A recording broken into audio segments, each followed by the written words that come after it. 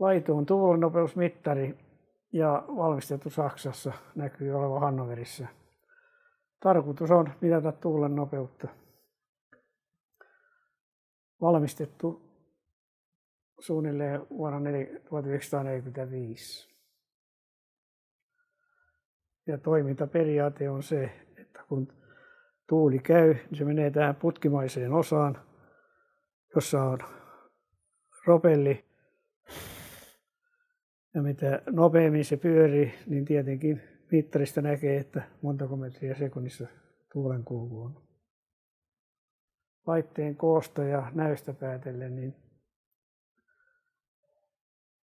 luulisin, että tämä on niin kuin laboratoriokäyttöön tarkoitettu laite.